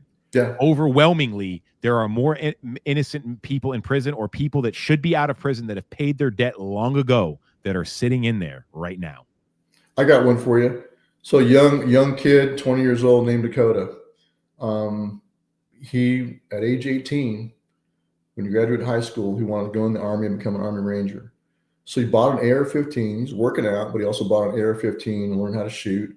And he's went and bought a membership at a private outdoor range and out there practicing tactical reloads and taking cover and all that kind of stuff. So some wannabe Batman at the friggin' range sees that. One of the staff there calls the FBI and says, "This guy's doing tactical training. He could be an extremist." So the FBI sends in Mr. Cool, chatted up guy claimed to be an ex-Hells Angel, shows up one day, just happens to show up at the same shooting bay as this kid who has it reserved. Well, he's a nice guy, so he lets the guy shoot with him. So they become shooting buddies. This is the federal informant sent in to snare him. So like 3 months later, they're shooting buddies, and he brings out, those little double tap triggers where you pull the trigger and fires, let go, it fires. Bump stock thing. Yeah, and almost like it's kind of similar to that. Yeah, there's another way to get more than one shot per each trigger pull, but it's still legal. So yeah, he's playing with those, playing with bump stocks, playing with all kinds of stuff. He has all the cool toys. And he's like, "Oh, wouldn't it be cool to have real full auto? Wouldn't you like to have a real one?" And he's like, talks the kid into buying an actual auto sear kit for an AR-15. And so the kid meets him in a parking lot to go buy this. And then, of course, he's swarmed by 20 friggin' FBI and ATF guys in body armor. They take him down and they paint him as this horrible extremist and everything else across the news, and potential active shooter, terrorist, or whatever. So now he's in prison for possession of a unregistered full auto device, and I think he got like 7 years, 8 years in prison. Now he freaking hates the United States. His grandpa was from Russia, so now he wants to immigrate to Russia and go back where his grandpa was from. And that's his nickname in prison was Russia. Yeah. But now what good to do society to put him in prison? None. All he wanted to do was train and learn to be a man and then serve his country. But he can't have that. So they went and railroaded him and trapped him into making a crime that didn't exist. There's no way he was going to go out there and find full auto, devices on his own. Just this guy trapped him. It's crap. That is unbelievable. And in the federal system, it's like one case of many. There are so many cases like this of people serving years in prison for nothing. And that's why I don't want like Bongino and Patel, like, we're going to send all our FBI agents all over the country to go help crack down on crime. I was like, what the heck? We don't need more FBI in our communities and trapping more of us because they're going to keep doing what they did to that kid. That happened during the Trump administration. They drive on as business as usual. That's the problem, not firing them all. It's driving me crazy, man. It really, I mean, that's it's like a cancer. But please, the Bongino and Patel nuthuggers out there are driving me nuts. You got to give them time. I was on that, but they keep dropping the ball on obvious layups. Right. That's the part that's I agree with the give him time, but when you have an opportunity to make a real easy layup and you're just making an excuse, I'm gonna have to go ahead and assume that this isn't fucking for real. Only because I've been let down so many times by these people. Right. Where's the investigation into the Butler? Where's the investigation into Ashley Babbitt's murder? That guy got an auto pen pardon, right? So he's back on the hook now. He should be investigated and friggin' prosecuted for murder, right? So where's that or manslaughter at least? Where's that investigation? Where's the investigation into the pipe bomber? The mystery pipe bomber that no one still can find. Yeah. Like you said, where's the investigation into the deaths of the Capitol police officers? Did they really commit suicide or were they suicided? Why not have an investigation? No. The obvious layups. It's just, it's But it's the same guy that told you Epstein definitely killed himself. Yeah. So, case shut. I wish I had an argument for that, but I was a suicide watch commander. I was a suicide watch companion. Yeah. In prison, I was a GED tutor, adult reading instructor, and also a suicide watch companion. And when a guy's on suicide watch, you watch him. You have to sit there and stare at this guy for a 6-hour shift through plexiglass. You're looking at him the whole damn time. And you're taking notes every 15 minutes of what he's doing. Mm-hmm. Whatever he's doing, you just take a note. That's what you do on suicide watch. If he can kill himself, he wasn't on suicide watch. So what happened there? Once again, all of a sudden, normal procedures are not followed. No one's actually watching him. The cameras went down for some reason. There you go. Yeah. So that's when he chose to kill himself. That magical moment when the cameras went down and the staff wasn't doing their job. Yeah. Well, remember the 2 guards, I think one fell asleep, right? This was the story we got or whatever. Yeah. Okay. I guess the magic bullet turned around and the camera went out. And, Stormy Daniels. So you add all that up and it's like, all right, after a while, it's come on, man. Give me a break. Like Biden would say, come on, man. Yeah.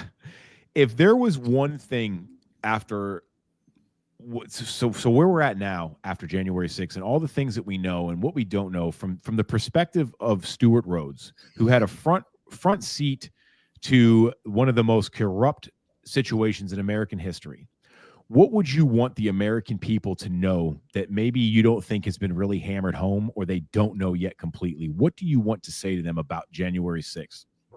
That it was, I would call it a manipulated event, manipulated on the day, and then spun afterwards to cover their original sin. They committed a coup in 2020.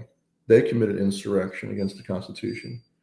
And to cover for that, they manipulated J6 to make it look like something it was not. It was a protest, but they made sure people got inside.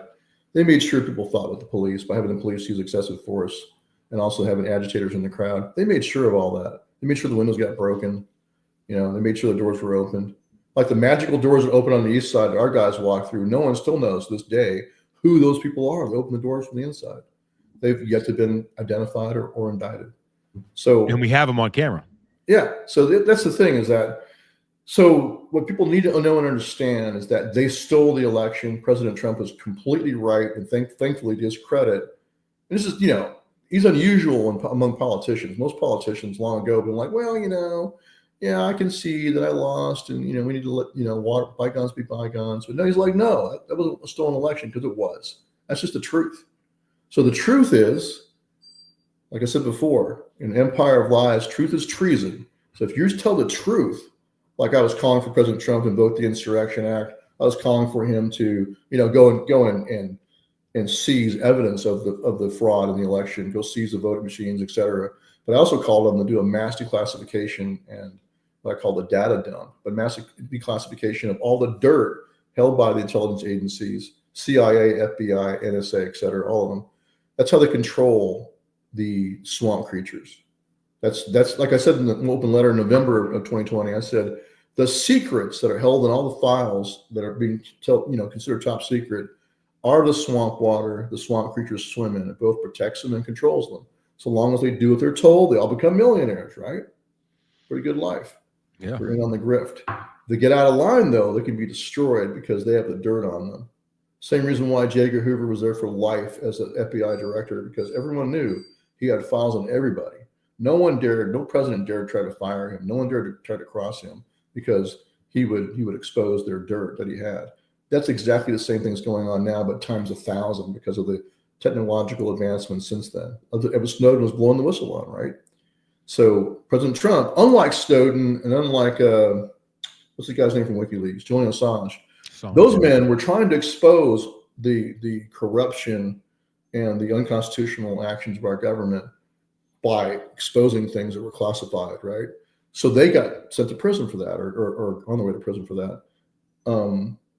President Trump, though, because he's commander-in-chief, can declassify anything he wants, period. No one can stop him. No one can stop him. So that's what he should do. I called for that in 2020, and right now, that is the most direct, most effective way to take the deep state down is exposure. Declassify all the dirt, throw all the skeletons out in the closet, let everyone see who's on the take from what government or what entities, who's a pedophile, all their crimes they've committed, insider trading, whatever it is, the dirt's there. That's how they're controlled. So it's there somewhere. That's what Epstein was doing. He was a friggin' blackmail operation. That's what he was doing. Yeah. He was working for Mossad and I believe also for the CIA. And they all work together. All the Five Eyes around the world work together. So. Well, I mean, I think, I never really heard that that proposal for a massive information data dump. And, as I'm sitting here thinking about what you just said, I think you're right. I think this might be the only way. It is. I believe it is. Rip the fucking Band-Aid off. Yeah, that's why I was excited to see Tulsi Gabbard going in there as DNI. I think she could do it. She should be motivated. Look what they did to her and her husband. They were innocent. They didn't deserve that, and that's dangerous. That's very dangerous. I really hope that. I hope that somehow she hears about that idea. And I'm not trying to claim that I'm some kind of brilliant person. It's just that it's an obvious power of the commander-in-chief. He has the power to declassify. And he did a few things around the way out the door last time. He declassified a few things, but it was too little, too late. Yeah. Now he has for years. He can do it. But here's the thing: the longer he waits to do that, the more more evidence they're going to destroy. So if he does that, like I told him, I said, back in 2020, I wrote that letter. I said, man, if I were you, I'd just use the military. Go in there, kick all the CIA out of the building in Langley. We're taking this over. Freaking U.S. Marine Corps, U.S. Army, use SOCOM troops. Get out of the building. We're taking it over. Now we're going to have military intelligence take command or take charge of all that data and help him sort out legitimate national security interests will be protected, but everything else we're going to declassify it and show it to the American people, just like WikiLeaks was doing. In fact, he should have used Julian. He should have pardoned Julian Assange and used Julian Assange to help him do it. That'd be awesome. Well, it's not too late. And pardon Ed Snowden too, for that matter. Oh, absolutely. Yeah. I would say that I am a little upset that has not happened yet. Yeah. So this is the problem: is that President Trump, I believe he has good intent. I think. Well, when he got shot in Butler, that was quite an eye opener. Yeah. First, obviously, he knows that the hand of God was on him. Mm-hmm. He was saved. 100%. That was an act of God. He just happened to turn his head just a fraction of an inch at exactly the right moment. Second, he acted like a man. He showed courage. Mm-hmm. And calmness under fire. You got to go back to like George Washington or Teddy Roosevelt or Andrew Jackson for that kind of cool under fire like that. I don't think. I mean, as far as I know, historically speaking, I don't think there was ever a moment in American history where someone triumphed like that. Be on stage, on camera. Teddy Roosevelt was pretty good. Yeah, Teddy. I'll give you one that he did. The Rough Riders, yeah. Someone tried to assassinate him, shot him in the chest, but it happened to hit like a little notebook in his pocket. Oh yeah, that's right. And he didn't. He was bleeding, but he got up. This is when he was running as a bull moose candidate. He's like, it takes more than a bullet to stop a bull moose. That's pretty studly. Yeah, and he gave his friggin' speech. There it is. with a bullet in his chest. Yeah. So yeah, but hey, man, like you said, you can't fake that, and that's why, like in my unit in prison there at Cumberland, when that happened, and all the guys watched the replay, and they're like, "Oh, damn!" They're like, "Damn, Trump's a legit OG." Yeah. Oh yeah. Gangster. He gained respect. So because otherwise they were like, "Oh, he's a tough talking." They liked him because he's an independent businessman. He speaks his mind. They like all that, but he showed physical courage. Yeah. Yeah, more than most are capable of, in my humble opinion. Yeah, absolutely. So that's when he won the election, right there. He won the working class man, the black male vote, Hispanic male vote, white working class vote across the country. He won the working class vote, especially among the men. Oh yeah, that's what I think did it for that right there. Yeah. Let me ask you this: in your professional opinion, do you think that the language in the legislation known as the Patriot Act, do you think that had any hand in helping the weaponization of the Department of Justice in the current time that we see it? No, I think they'd have done it anyway. Look at the ancient statute they pulled out of their rears for us. Mm-hmm. So this is conspiracy. That's a Civil War statute passed during the Civil War. It's got a lot of problems. It was designed to circumvent the treason clause. And the treason clause says that if anyone accused of making war against the United States, treason is defined as making war against the United States or aiding against enemies, and it requires two witnesses to the same overt act. It has an act element and requirement two witnesses or confession in open court.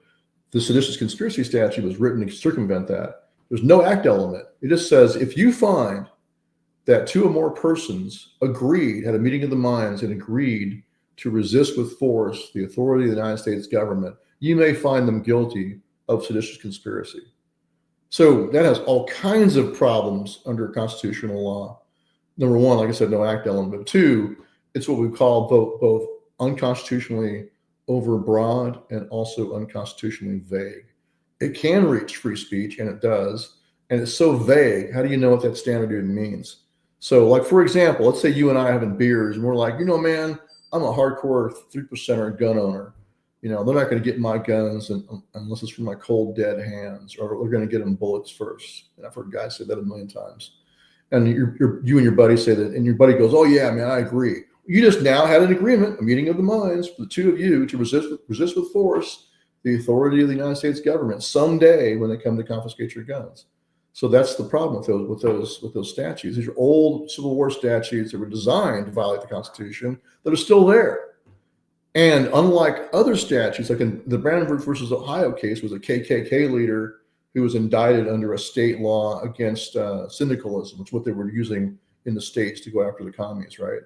So they used that against this KKK leader, and back then the ACLU actually cared about free speech, and they came to his defense and said, hey, this is free speech. So the Supreme Court ruled and said, hey, okay, unless and until he crosses the line to advocate for imminent violence against a particular person, for example, that's also likely to occur, unless he crosses that line, that's an actual crime, this is free speech. That's what the Supreme Court said. That instruction never got to the jury. I sent my lawyers multiple notes saying, hey, you need a Brandenburg instruction. They ignored me. All the attorneys in there ignored me until after our trial was over. Then they added into some post-trial stuff.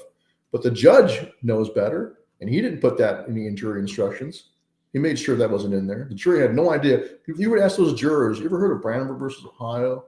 You ever heard of the standard of imminence for unlawful activity, otherwise it's protected free speech? No, they never heard anything. Instead, here's what they were told by both the prosecution and also the judge in his instructions. They were told, you may infer an implied conspiracy, an unspoken conspiracy to have been formed as the Oath Keepers walked up the steps to commit seditious conspiracy, to obstruct official proceeding, et cetera, et cetera. You may find that you can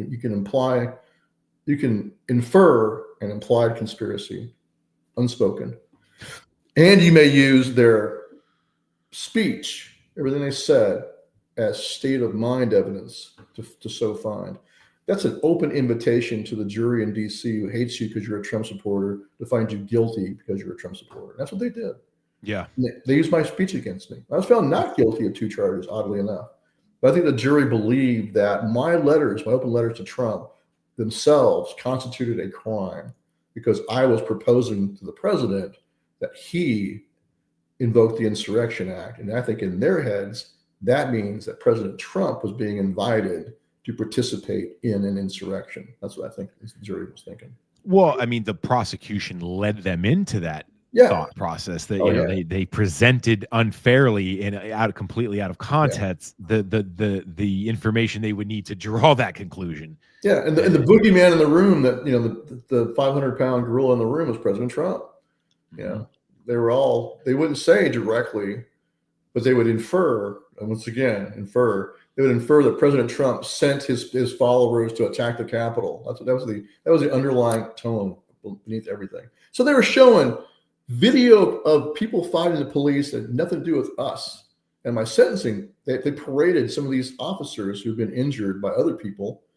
And that's why I told the judge when I got up, it was like one thing I told him, I said, this is surreal. It's like something out of Kafka. Kafka's The Trial, where you're parading people that have nothing to do with any Oath Keeper on J6. None of us interact with any of these people. None of us assaulted any of these people or fought with any of these people. So why are these guys testifying at my sentencing? It's just crazy. Did you have any Mike Fanone finesse in your case? Did he show up to your case at all? I can't remember. It was kind of a blur. But they, of course, paraded Harry Dunn. Mm-hmm. I think he might have been there. They also had Nancy Pelosi's chief of staff got up and testified in my sentencing. Like, what the heck? Why is she even there? What do I have to do with her? Oh, because our guys were helping Harry Dunn outside of the speaker's office when she was already long gone. But, they're like, oh, they were trying to hunt down. They accused Kelly Meggs. He was joking about after the fact. Someone asked him if I forgot what they asked him. But did you find Pelosi? And he made a joke about it. No, we were looking. He was just joking. But they use that against us. Yeah, every joke online. I mean, look, here's the bottom line. All across America right now today, Americans are saying things that are no different than what we said. And anything you say out there that they could twist, they could do the same thing to you, accuse you of seditious conspiracy or conspiracy to obstruct an officer or whatever. Whether you're a for or against any current protests that are going on right now, the bottom line is a nasty, disgusting prosecutor, and almost all of them are, 99.9% of them. They do this every day. They lie all the time and support perjury every day. They'll have no problem if they want to, if they feel like they can get away with it politically, to spin something you say in a chat group as evidence against you and use it at your trial. If you've done to us, you've done to you. So. Oh yeah. It goes back, ladies and gentlemen, the indict a ham sandwich, the process that allows that phrase to be truth Yeah. is the grand jury indictment process. It's absurd what happens behind those closed doors. And you don't know until you have an indictment by the federal government against you. And the trial jury too. No. Like, we were not allowed to change venue. We were not allowed to move any of our trials outside of DC. Okay. So, and the judges themselves described the people of DC as the victims on January the 6th. So they're saying everybody who's a resident of DC was victimized, including them, because they all live in DC too, right? Mm-hmm. But when you go for venue change, they don't give it to you. So they're insisting on drawing the jury pool from the victim pool. That's step one.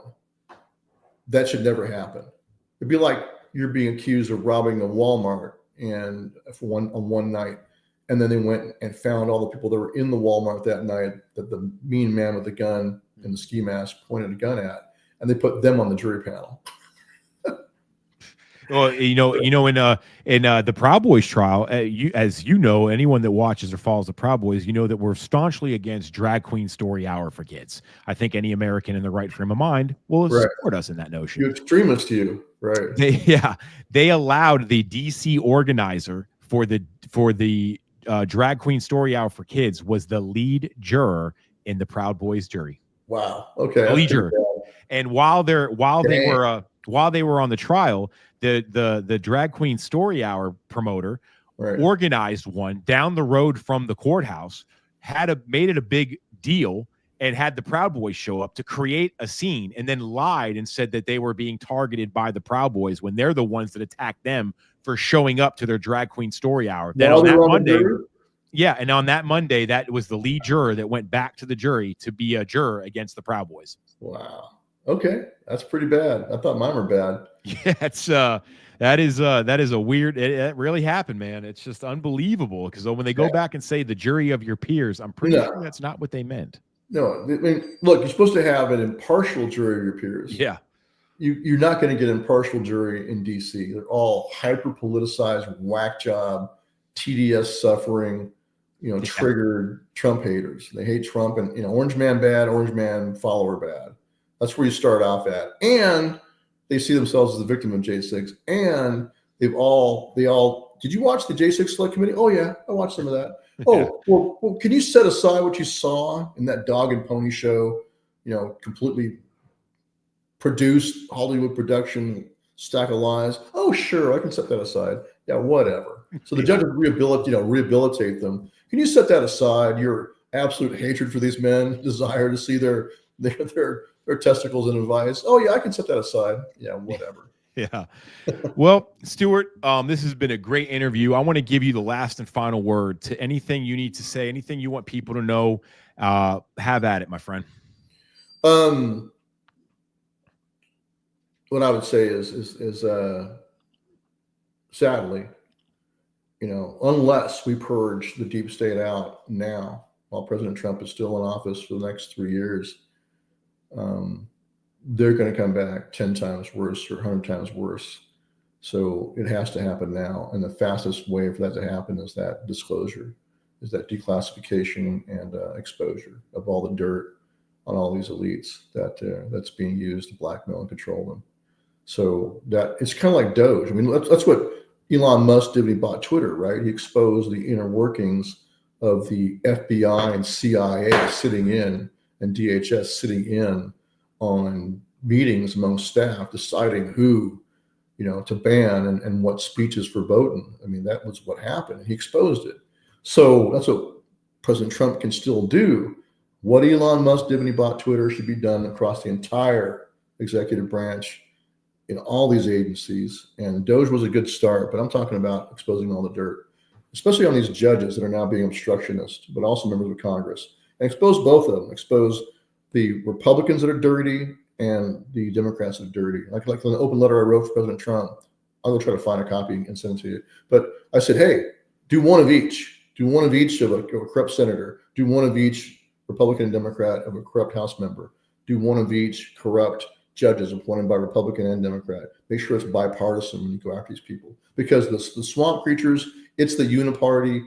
It is, like Pat Buchanan said, two different wings of the same bird of prey. They're all united on the grift. They're all selling us They're selling us out to foreign enemies and domestic. So we need to just purge them out. And the fastest way to do that is expose them first. Sunlight, like the Bible said, the truth will set you free. So President Trump can do that right now. No one can stop him. So I encourage you to write a letter or get on the website there and send them an email and say, expose their dirt, declassify. Is that something somebody can do on condemnedusa.com?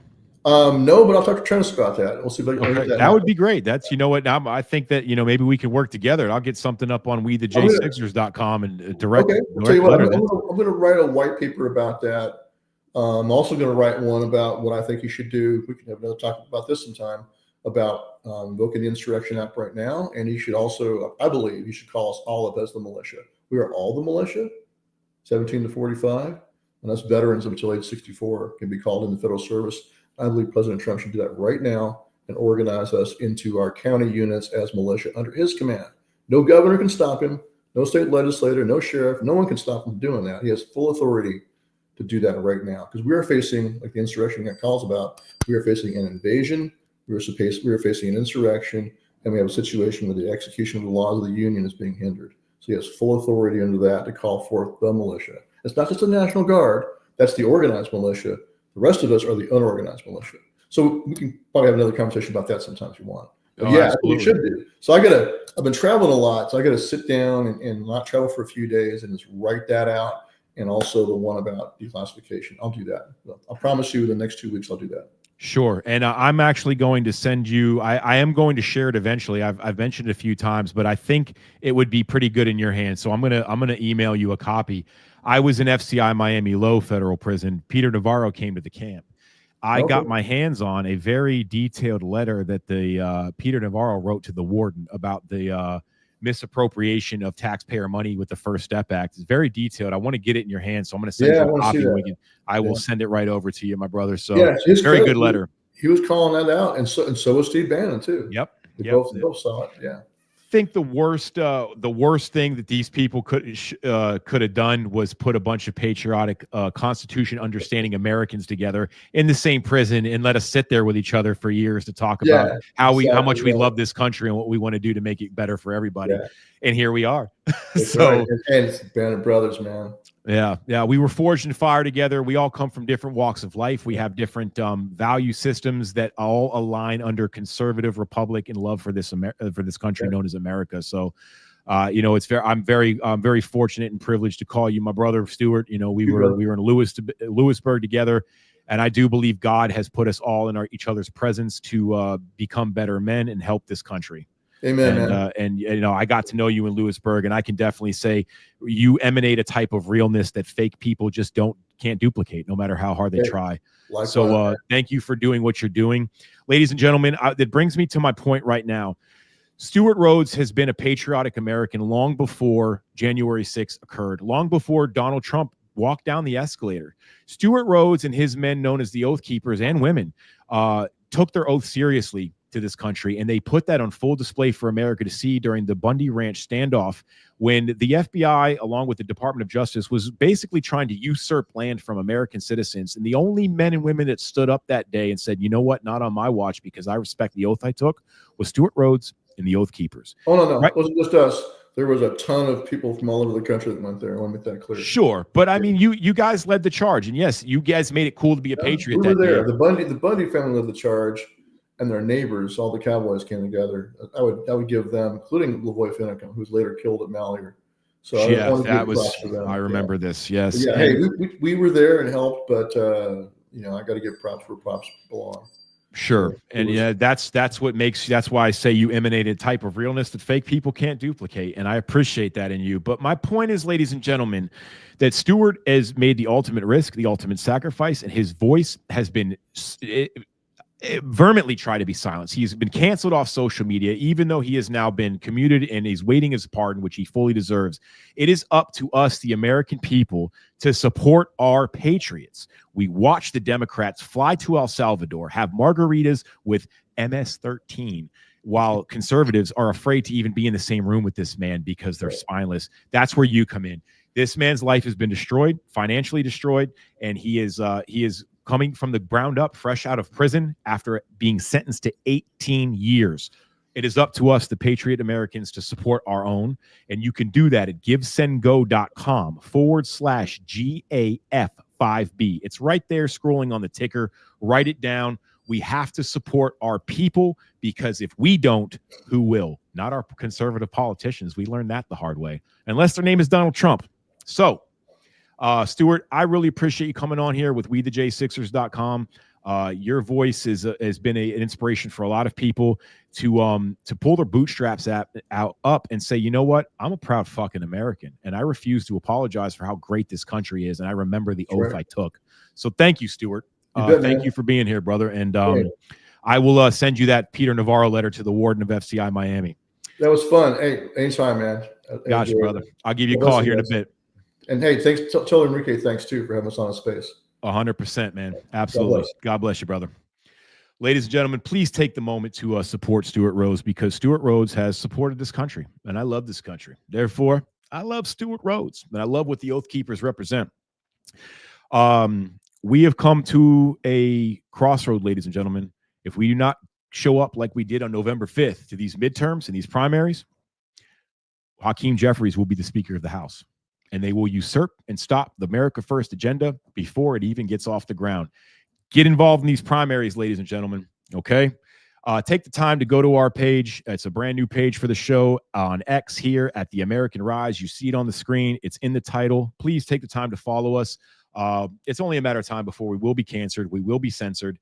And we rely on you guys to support us when we go off, to rebuild and come back, because we will not shut up. Again, Stewart Rhoads, givesendgo.com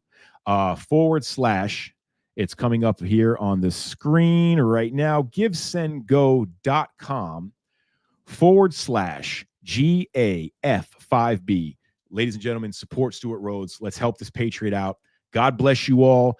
And remember, ladies and gentlemen, unless you play for the NFL, there is never a reason to take a knee to communism.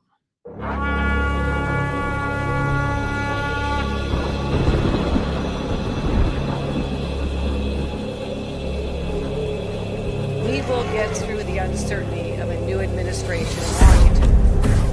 As I said, we've done this before. We've been through this.